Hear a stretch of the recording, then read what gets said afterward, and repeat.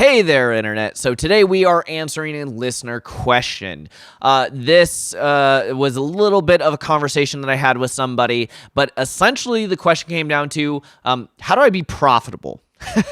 So they were specifically talking about how to be profitable at shooting at like a convention and doing portraits of people. So I want to talk about 4 different ways to be profitable. All of this is going to be a little bit numbers heavy, so I'll put those up here on the screen. But the first way is essentially just high volume. You can do headshots. Let's say your headshot's only $50. Yes, I know headshots range from hundreds to several hundreds to thousands if you're people like Peter Hurley, but we're just going to start small. Let's say $50, 10-minute headshot session. You know, anyone who's a professional that needs a new headshot, it'll be a good deal for them. So we're going to just make some base assumptions. I live in the Seattle Pacific Northwest area, so these might be obviously far different from you. So the first assumption that we're going to make is that your overhead is roughly $1,000 a month. So $12,000 a year, that is your Adobe subscriptions, you know, getting new batteries because old ones die out, blah, blah, blah, blah, blah, all the random stuff that you would have to pay for whether you have 1,000 clients or 0 clients. The next assumption we're going to make is that you want to make money. You want to make a livable salary. And we're just going to say, for the instance of this video, that's $3,000 a month or $36,000 a year. So that means to be able to cover your overhead and be able to pay yourself a living wage. For instances of this episode, we need to make $4,000 a month. Okay. So with that, let's take a look at our first instance of how to be profitable. So to do a headshot, if you do a $50 headshot, how many people would you have to shoot? That's 80 people. So if you can shoot 80 people a month, what does that come out to? 20 people a week. So you would have to shoot like 4 or 5 people a day. Now, you can obviously shoot like 30 people in a day and get this done in a couple of days. That's one way to do it. But if you're only doing headshots and nothing else, you can reach that number by just doing a lot of them.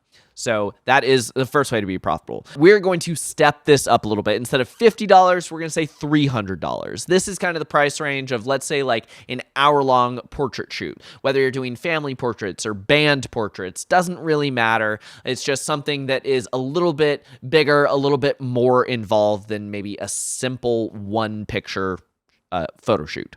So for a portrait session, with all of those same assumptions that we have earlier, if you need to make $4,000 a month, then let's say that your portrait session is $300 for a portrait session. You would need to do approximately 14 of these a month. I rounded up so you don't make less money.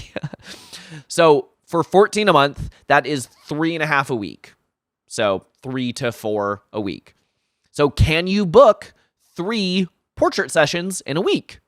If you can, then you don't have to do anything else, but obviously you just have to do this week after week after week after week, right?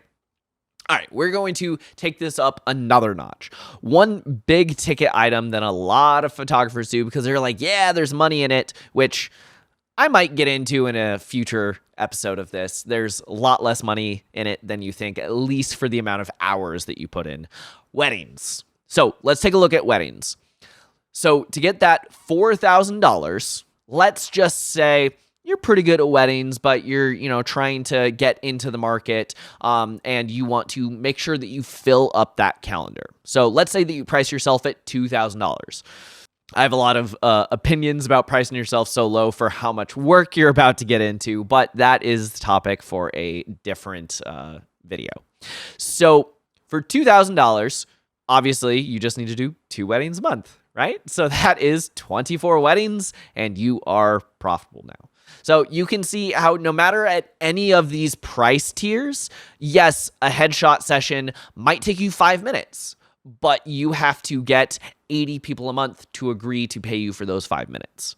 And a wedding is obviously so many more hours and so much more work, but if you can get 2 of those a month, you're still making it.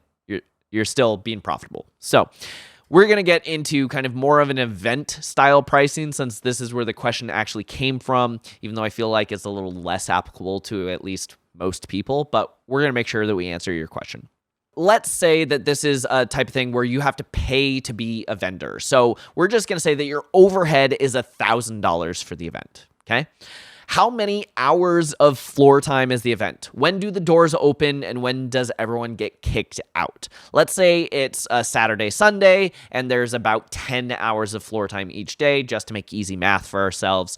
I actually do have kind of a more sophisticated, not necessarily an algorithm, just I've been to enough conventions to know how these peaks and valleys throughout the day work. And what I did for myself is I essentially set up a spreadsheet where I had dead hours. That is an hour where the floor is open, but I have 0 people come through. I have slow hours. That is where people will be coming through at an average pace. And then I have peak hours. That is where I'm going to be at what is the absolute max capacity. If you run at max capacity for all 10 hours, congratulations. That's amazing. Chances are that's probably not going to happen. There's going to be lunch breaks. There's going to be late into the day. People are tired. They're going to be early. They haven't gotten there yet. But we're just, for the sake of math, for this discussion, we're going to average all of that out. So if we have 10 hours a day of floor time, and it is Saturday, Sunday, we have 20 hours in which you have to make all of your money. So if you have 20 hours, you can do this 2 different ways. You can essentially figure out how much do I need to charge per person or how much do I need to make per hour. So if you have $1,000 overhead for the event and you want to make sure that you're profitable, you don't just want to work all weekend, make that $1,000 back, and then go home empty-handed. So we're going to say that you still want to get that $3,000. So our goal here is $4,000 in 2 days. Well, let's say you can do 10 people an hour on average for the whole event. That's another person every 6 minutes. So if you can keep that up for all 20 hours, you would have 200 people over the course of your 2-day event. And you do a little bit of math, 4,000 divided by the 200, $20 per person. So now you have set the absolute floor for your price. So if you are either going slower, which means spending more than 6 minutes with a person who's coming through your convention, or if you are charging less than our base price, which in this case is $20, then you're going to have a rough time and it's not going to be profitable. You can take a look at the calculations that I did here and change them for you and your event. Is it a 3-day event? A 4-day event? Is one of the days only 6 hours? One of the days only 10 hours?